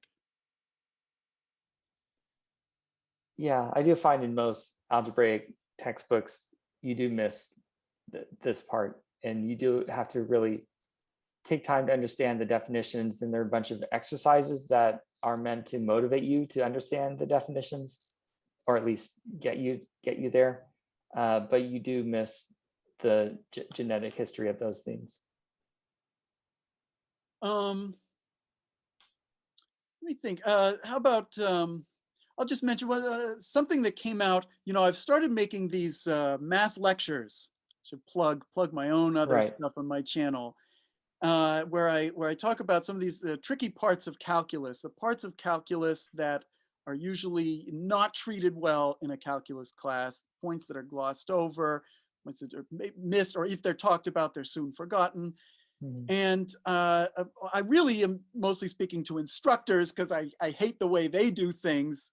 I don't know how much I'm really teaching students, but something that came out to me from doing this and doing some research to give actual proofs of some of these tricky things, and going back and looking at Archimedes's work on the circle, which is important if you want to just take the derivative of the sine function, is that you know, we have different kinds of proofs of things today, proofs of this area of a circle, but sometimes the reason that his proof is different is because he was starting out from a very different set of assumptions about what length even is. What, you know, do you need to define length, or should he characterize length by, you know, a set of conditions? And as long as those conditions are enough, then he gets what he wants. And so it makes it very different depending on your perspective. What will even constitute a proof could look very different. And I wonder, you know, there are these different proofs, which proofs, so a proof which might be valid to someone might be invalid to someone else. I don't know, just because you need to start from the same set of definitions, perhaps. Something I really don't like that when people try to define the problem away.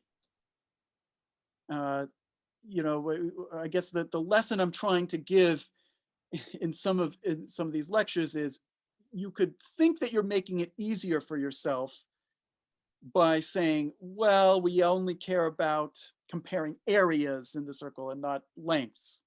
Or you think you're making it easier by defining the trig functions by their power series or something.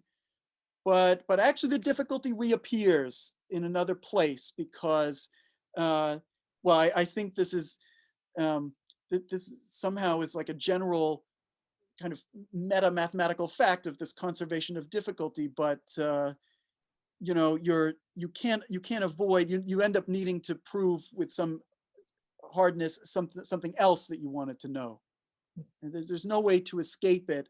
And so that makes me very generally very skeptical of the aesthetic, you know, oh, well, if I had just started from this set of assumptions, then this thing becomes easy and it all looks so nice.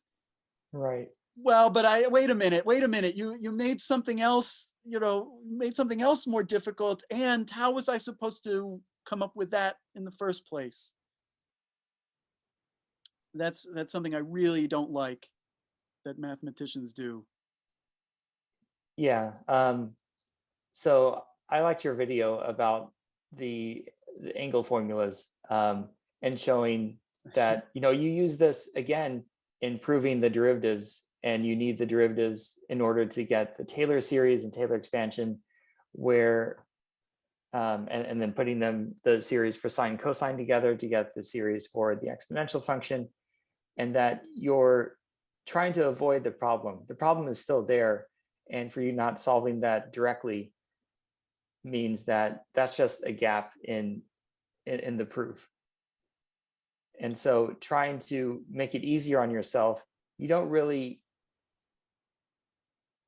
you can't really like wish your problem away of trying to get this by going through a different route. The astute reader or person watching your video will see that, no, you still have this thing that you need to verify, and you just put it in a different form. Oh yeah. Also, I really wanted to take some people here are these people who love this formula. They say it's so beautiful, and then they love to give. It's almost I hate like mantras. There are these mantras that people believe in, and they just like to say they learned e to the I theta equals cosine theta plus I sine theta. And it's very easy for them once they have that to prove these angles, some identities, and they don't think about how did they get it, what does it take. Mm-hmm.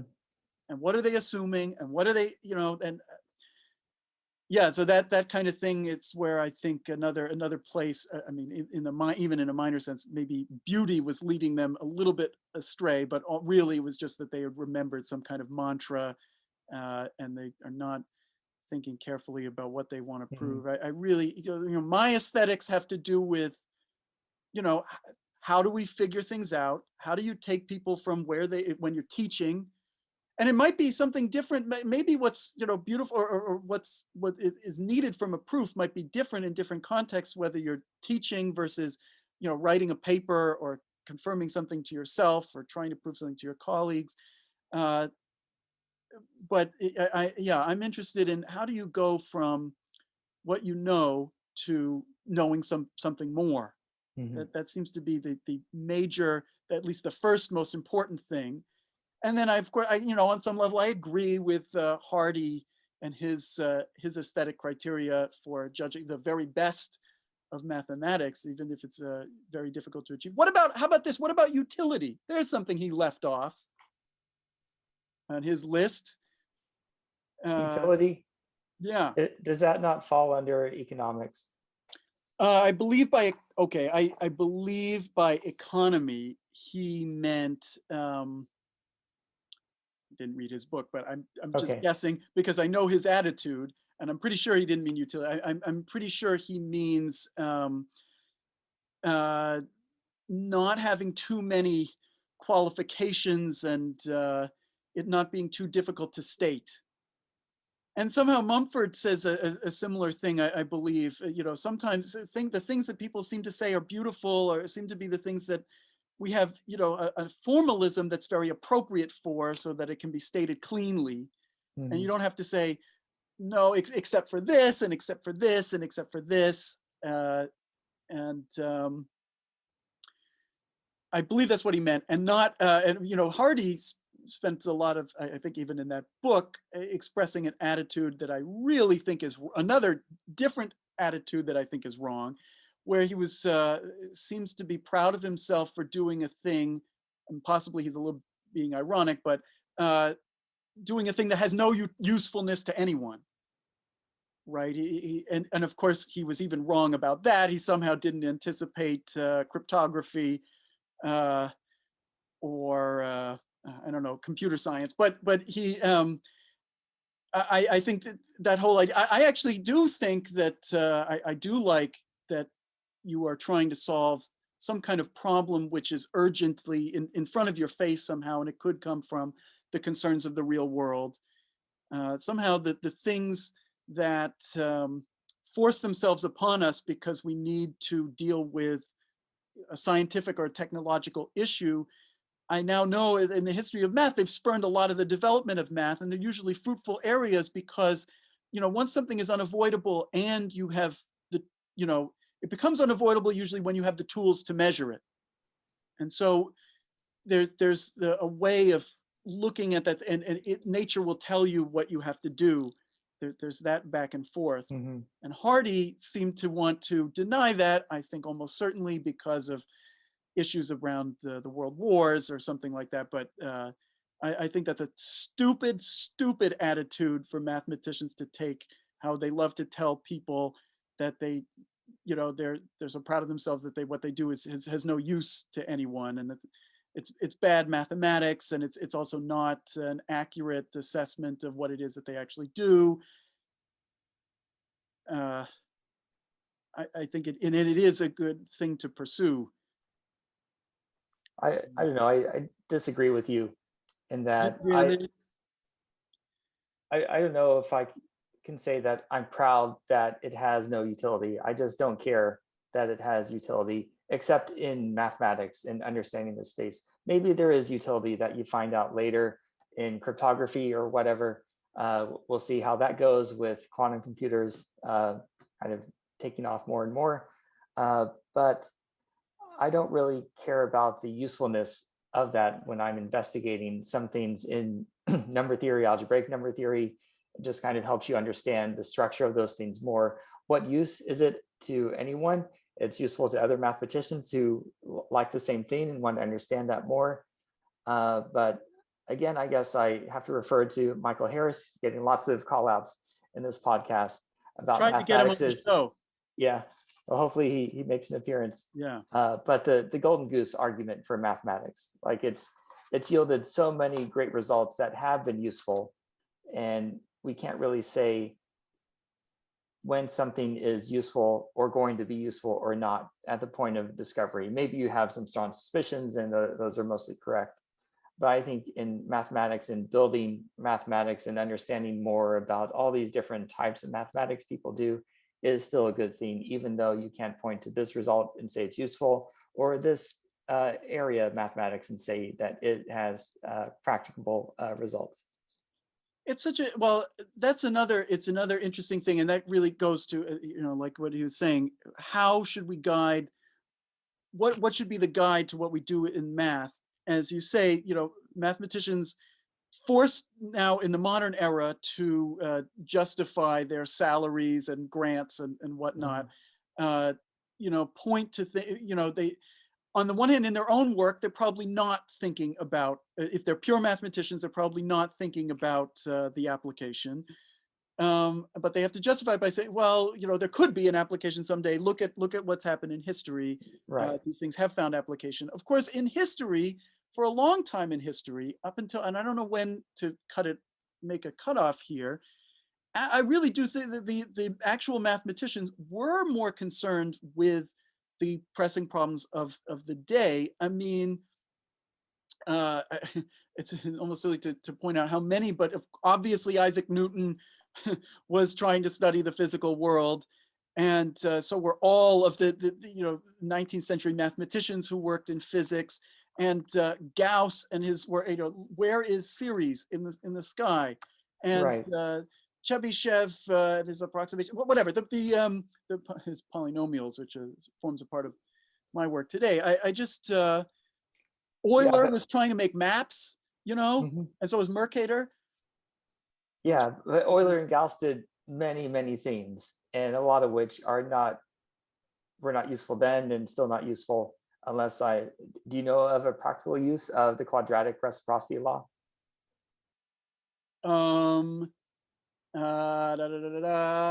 Don't put me on the spot right now, but I mean, solution, I mean, you use it, I mean, there are proofs of that Hassave argument that use, okay, so, but you mean outside of, okay, I'm certain that there's some cryptographic or scientific computing. Right. So there may be some, but they're not immediately obvious, or we can't point to That's true. So Gauss clear said results. this, said something to the same effect, praising number theory and having, as though it were somehow better that it wasn't bound up with it wasn't his, um, the mean square law and the Gaussian curve, even though I think those are extremely important too. And he somehow likes number theory for it somehow not being that, and yet it does have uses today.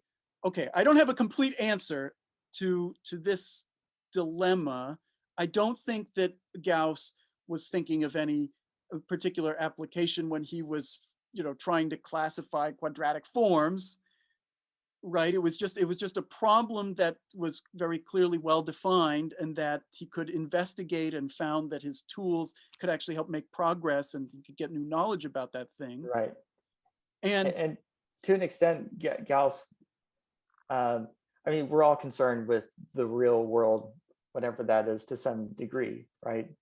But I forget what result it is, but Gauss in his journal wrote something that there's a problem he'd been working on for a long time. He wrote in his journal, like, Eureka, I'd solved it.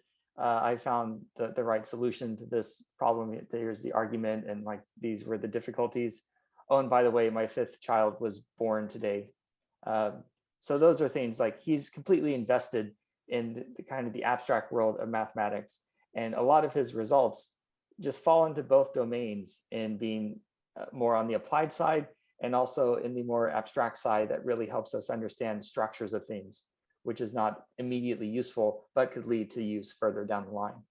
right, okay, so I'll admit I don't have a total solution to the kinds of dilemma that I'm raising, except I will just observe that somehow, now that I'm in it, there are problems in math to me that, obviously they involve abstraction. I'm obviously concerned with a particular kind, whether it's a manifold or a particular kind of equation, and I want to prove a certain kind of thing about it. And in some sense, it's all abstract. And but I view it as somehow extremely concrete and extremely important. It's like, if my application in one thing was just to that problem, then I'd understand. Oh, like that's a perfectly concrete application. It's those things seem to me very definite, and yet there are other parts of mathematics that I think of as being totally abstract, totally stupid, not concerned with anything that certainly that I care about, but are concerned with abstraction somehow. Maybe it's because they're for their own sake. And I make that distinction, and yet possibly a layperson would just see all mathematics as being entirely concerned with abstraction that has nothing to do with anything. And I'm trying to justify, why is my abstraction better than the other guy's abstraction? Why is my abstraction somehow more concrete, and actually pertains to something? I mean, I can give examples of why I think the mathematical way of knowing is useful, is necessary, and that we're not all done with math. You can't just, for the sciences and the sake of technology, you can't just, we know everything that we need to know, and that's that. But I don't Right. know that I can completely do it. I somehow feel that these things, even the abstract things that I care about, are real. I don't know if I can do much Yeah. better than that at this point. And maybe it's just because I'm part of a community that told me, about the Riemann hypothesis and the Right. Swinnerton-Dyer conjecture. Oh, like the rank of an elliptic curve, that's a real, that's a quantity, you can compute it, and you should be Yeah. able to do this. And we don't know if these are going to be important, right? You can look at, say, representations of Lie algebras, of say SU2, for example, and there's a whole beautiful theory behind that, in like the highest weight vector and computing dimensions of irreducible representations, and then decomposing those representations down, if they're reducible, to sub-representations, and finding highest weight vectors in those, and so on. And then there is no kind of suspicion that this would lead to something, because they weren't aware of the existence of quarks at the time when we're thinking about Lie groups and Lie algebras. But finding kind of this pattern in nature about representations of SU2. I don't think you need to go to, I think SU2, you can just talk about the electron, and the hydrogen atom is such a major triumph. I think quarks, you need to go to like SU3 or something. I don't know. SU3, yeah, maybe it should be SU3. So one of Right. those, like Murray Gell-Mann, and using that to, hey, so these quirks satisfy some symmetry, and this looks very similar to SU2. There should be another one there. This is predicting there 27, I think, and we're only finding 26. And then eventually you find it. So I think that's something that is a surprising use of something that is quite abstract in the beginning. Like, who cares about representations of these Lie algebras and why they're so important? Why Well, would something developed in the abstract have any use? I guess I'm making what I was trying to say earlier is that it's a strange historical observation that I think the world of math somehow used to be closer to the other sciences in the worlds of applications and Right. technology, and that the development of our particular academic culture today has something to do with, where people have very specific areas of expertise, has something to do with where we find ourselves today and having such a big distinction. And I don't know that it's so useful for doing math. How about, do you know this physicist Sabine Hossenfelder? Father, no, I don't think so. You ever talked about her? So she says she's been going around. She has her own YouTube channel, and she's been on a bunch of podcasts that I watch. And I haven't written down somewhere the name of her book, but she's very critical of the theoretical physics community and the way in which they have. She says they have been obsessed with a kind of beauty, a kind of aesthetic criterion that has guided maybe what sort of models they try to write down, or the way that they do theoretical physics. They're obsessed with something she calls naturalness, and she's, why is this the whole subject? What's going on here? They could be completely wasting their time obsessed with a kind of aesthetic criterion that, does this have anything to do with the way physics is? I mean, why should we think there's a problem with the standard model if it is too big, or it doesn't respect, I don't know, another thing, or it's not consistent with some other concern?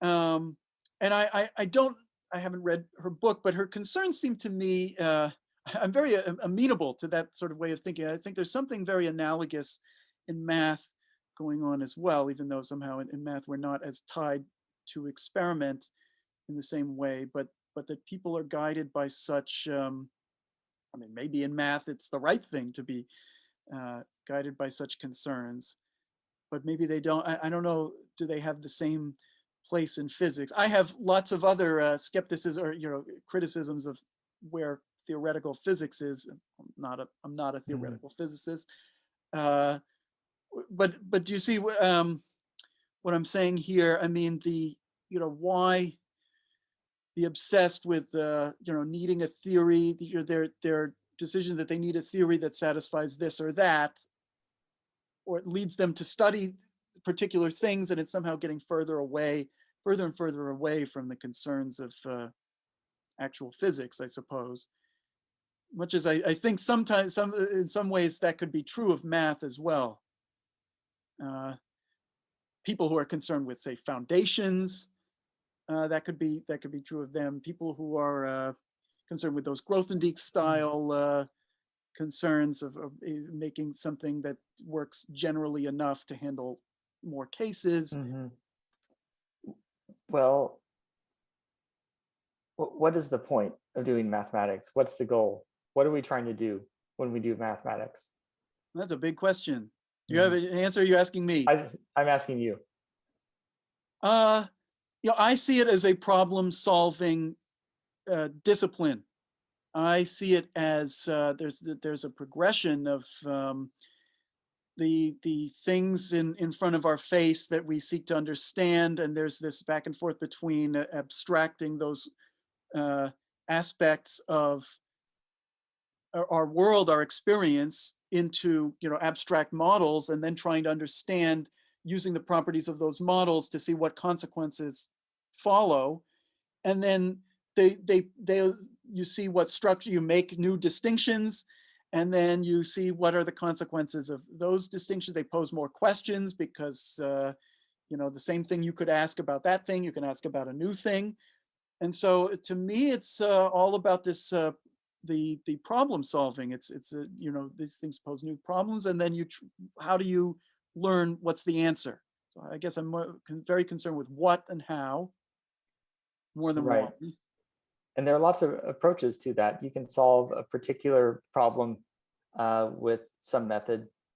I think as mathematicians, you're always looking for some method that is can be more universally applied to many problems of a similar type, right? So Always, I don't know. you can After I take do that, something. okay, so after you do something, but then that's to make the next time this thing comes along that you have a bit of an easier go at it. You see like these methods, maybe you prove that this always works, and you might get into, well, how do I know that? I think mathematicians are always asking questions and trying to understand like why it works. So existence and uniqueness theorems for solutions of differential equations, for example. Wait, but you know, existence unique. That's like a, see, that's the kind of thing I can definitely say. Like I feel like that's a very concrete kind of question, because you write down an equation, I know what it means to say, well, there exists a solution and it's unique, and here's how it depends. Here's how it depends on the, you know, initial conditions or the boundary or the right hand side, whatever. Okay. Whereas that other question, you know, why is something true or whatever, that's a much more philosophical, abstract kind of question that I just don't. Yeah. I don't know. I feel like different people might have different answers as to different senses of what constitutes an answer to that question. Yeah, absolutely. And there's no like right answer or wrong answer for that, or a right preference or wrong preference. But it could be Just, that, I think for mathematicians trying to understand things as much as they can and generalizing things, maybe some people think like this is taken to the extreme and looking at higher topos theory or perfectoid spaces. You don't have to go to, I don't know if that's the extreme. That's too extreme for me. Okay. So whatever level it is, like this is too abstract, and we're learning things that, while true, are too general to ever be useful to us. No, but perfectly reasonable conclusion for those things. But I think that in always asking yourself like why this works, and is there some more general structure, more in the side of like Grothendieck, that's kind of underlying all of this thing, that's another thing to investigate yourself. And you kind of drift away from answering particular problems to understand structures behind things, whatever those are. Yeah, but that's exactly what I'm saying. That I don't know that certainly mathematicians didn't always think of things that way, and I really think that's like, you know, that's my the analog of the Sabine Hossenfelder view. I'm literally saying that view, that I know there's some large portion, I don't know if it's half of the mathematical community that really does think that way, and really does think that's what part of what beauty is, and part of the thing that they're trying to achieve in math, or that's what math is about. I'm just telling them, no, I really think they're wrong. I think they've gone off the tracks. They've forgotten that the key point is answering the questions in front of their faces. And I actually think that they're making less progress than they could have been making if they had been focused on understanding things very concretely.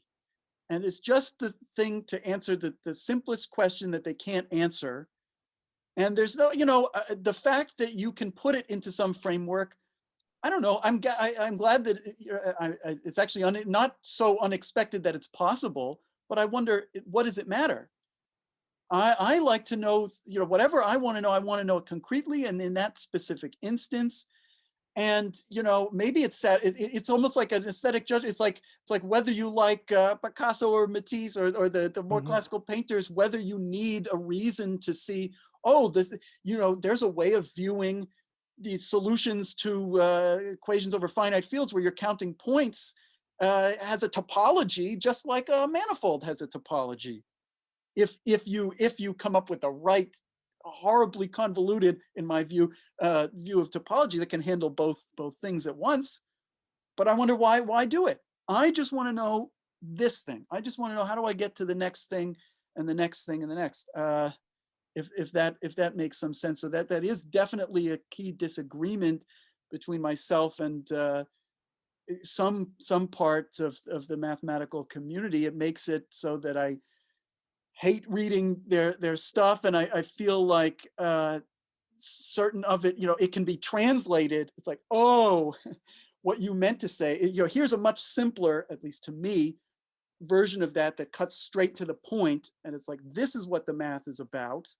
You have to prove this. This is the key step where you have to prove this inequality. I don't need to know anything about what I really regard as kind of philosophy of math view of things, that generality that you're talking about, and that reason that why things are. And I want, the kind of thing, that's what's beautiful to me, is I guess what I'm saying, if that makes sense. Yeah. Okay, I think we got somewhere. We didn't mention, by the way, have you ever heard of this, Michael Atiyah, one of the Yes. giants of 20th century math, who in his later years said a lot of nonsense. If he claimed to prove the Riemann hypothesis and some other things in physics.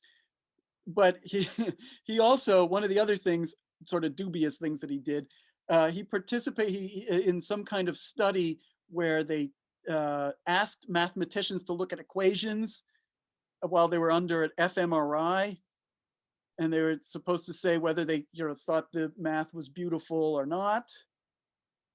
Oh, I hadn't heard about this. Oh, you never heard of it? Is Yeah. there some study, neural correlates of whatever, mathematical, but I don't know. I think I have a reference here in one of my essays here, but you should look it up. And of course, I think that this is a very silly study. But they did have these things, like they thought, oh, people are going to think this, like, e to the I pi equals -1. That's a beautiful equation. And they really, it was made, this is how I think the psychology of these people, because they clearly had in mind what they thought was beautiful or ugly. And one of these, I think, formulas by Ramanujan of these series with lots of factorials and a square root and whatever. It was supposed to be the ugly equation, even though that's really impressive. I think that's really amazing. And, I think that these MRI results were inconclusive and totally stupid. I don't know what the hell they know about that. That's some bad brain science anyway. But if you just look at the responses on the questionnaires, when people said what they thought was beautiful or not, it correlated, pretty closely with what they understood, and what they understood, what they didn't understand. If you've never seen that formula of Ramanujan before, I don't know, in some level, maybe you should be impressed, but it's going to confuse you. And I don't know, but people are very pleased with themselves, I think, if they understand what the equation says. So I thought that was a lot of baloney. I think that, that understanding is a large part of what these people mean when they go around telling other math is so beautiful. It sounds to me, it's so pretentious. I find these people who speak to the public and try to say these things, that they're just so proud of themselves that they learned a thing and they know it. That's really the other aspect of this. Understanding a formula and what things mean in the formula is certainly important. Otherwise, just a collection of symbols. Yes. Right.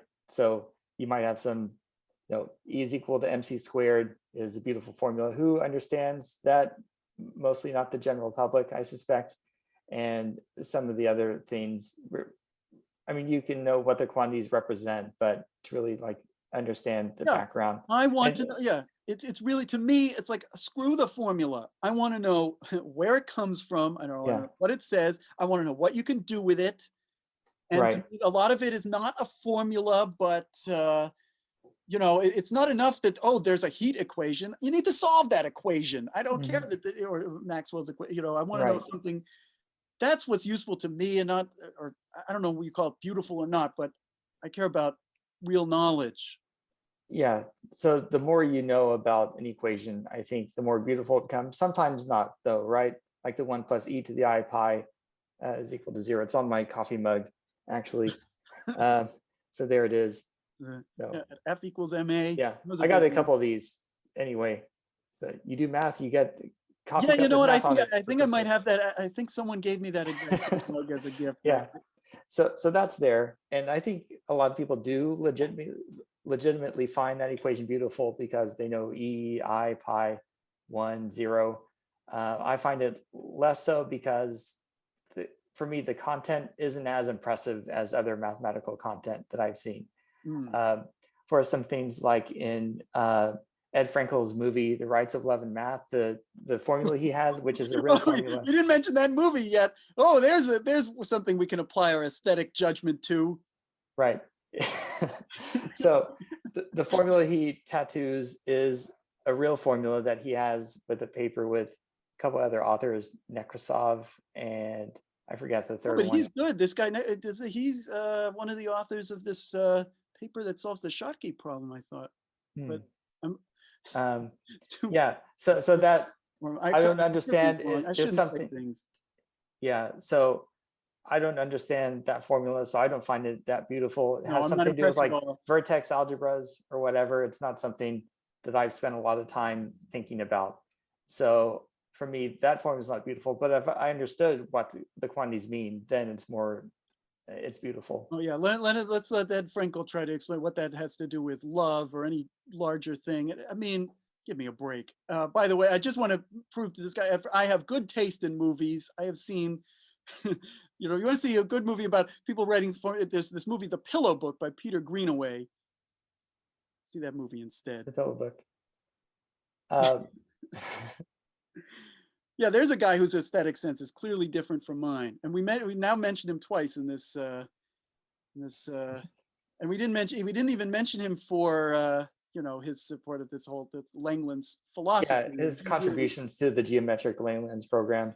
Yeah, which, I mean, to you, is that good mathematics? Is that something that he should spend his time on, or should he focus his time more on things that maybe have more applications? Oh, I don't know what more application. I mean, I focus your time on the problem at hand. I don't know what he should do in particular, Okay. but these people with the Langlands, listen, I'm trying to learn about modularity. And let me tell you, everyone begins, they're always with this Langlands philosophy. They always want to say what the conjecture can be rephrased into another version of a more general conjecture. I don't care about the general conjecture. I want to know, something very concrete here. I'm trying to understand something about the connection between these modular forms and elliptic curves. Let me understand that first, okay? And I understand, or the representation theory of SL2R or GL2, whatever, right? And when I absolutely need, to do something about something else, that's when I'll study it. Not before. And yeah, he really believes in putting together all of math under one, philosophy. And I know that's important to him and a lot of other people. It's not important to me, not anymore. Maybe when I was an undergraduate, I thought that way. I want to know particular things. sure. And it's not always good to go to the most general theme that people have come up with so far as your first pass. Going through, like, there's a reason it's called classical theory for the Langlands program, and modularity of elliptic curves attached to classical modular forms. Like, that is a good starting space. I wouldn't go immediately to Gross's paper where he talks about modularity in general and abelian varieties that are attached to Galois representations attached to motives. It's a paper on his site about a program in establishing modularity conjectures in general and how it would work, where the classical case is the first one. The second case is the paramodular conjecture. And there are these groups that are in the orthogonal group that seem to be the right groups to look at for establishing the rest of the modularity. Yeah, Dick Gross. So find that paper. And this group was suggested by Armin Brummer, who developed with Ken Kramer the paramodular conjecture. So what are the right objects to attach? There are some accidental isomorphisms at the low level, which makes the groups GL2 and GSB4 the right groups to look at initially. And then I don't know this. Okay, I'm talking too much about it. So I'm not saying that. So look at the classical case first, as you're doing for elliptic curves, And then the next case where things become much more complicated as you go up, having this kind of general picture and putting stuff into that framework, I think is helpful in any case. But to really understand something, it's hard to understand the most general thing first and then apply to particulars, right? So when you give lectures and classes, you give like an example, like this is a thing. So someone has as like, this is the example that appears in their mind when they see this concept appears. And then you apply, this is the general definition. And then here's another example, and it shows that it has whatever properties. I'd much rather see the example than their definition, honestly. And I think it's never been done. That's my assertion. It was never done by the general way. The way that some people seem to think is so beautiful. It's just it's just false. It's dishonest. It's revisionist mathematics, in my view.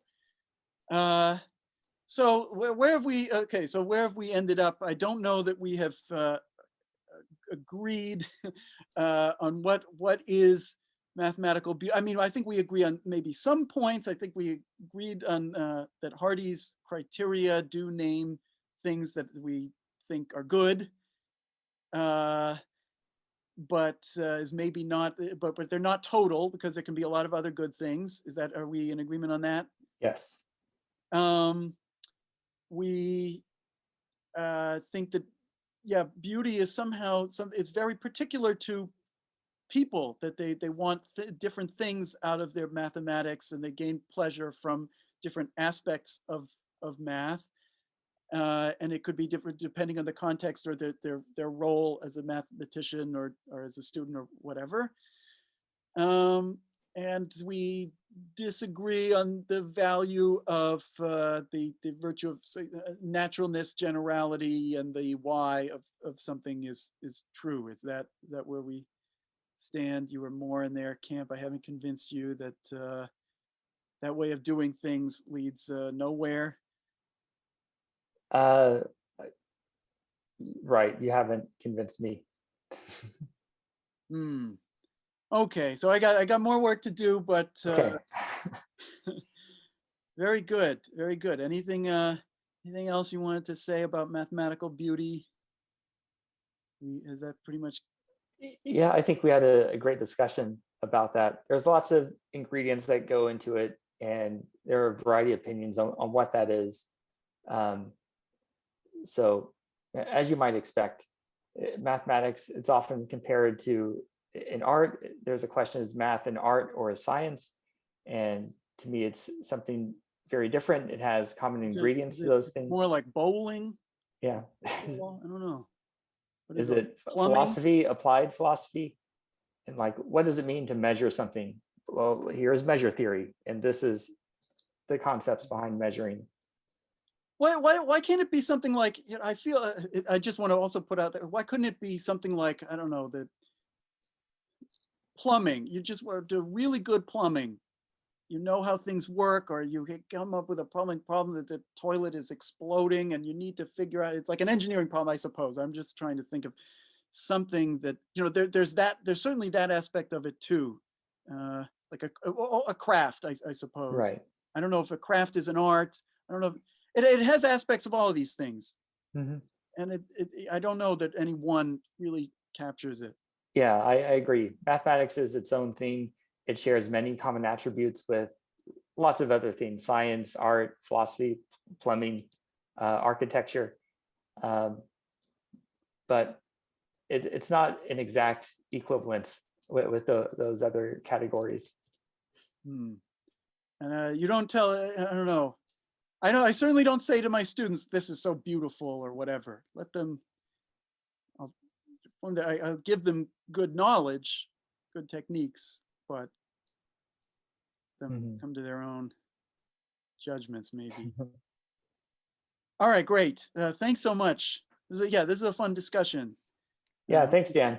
Useful for somebody out there, or if someone really, please, if you thought we were good, then I want to hear it. If you really thought we were idiots and we missed something essential, that's even better, because I need more guests. Need to hear from people. Yeah. And add the Amazon links to the H.M. Edwards book and Michael Harris's book. that we reference multiple times. Yeah. And G.H. Hardy, it's up there somewhere. Hardy, yeah, well, obviously Hardy's book, A Mathematician's Apology, that's why this book is called Mathematics Without Apologies. Yeah, I'll have to figure out how I don't know if it'll ever happen, but how money can accrue to me somehow by putting those Amazon links in the YouTube description. Someday that may happen. All right, great. Let's end it here. Great, thanks.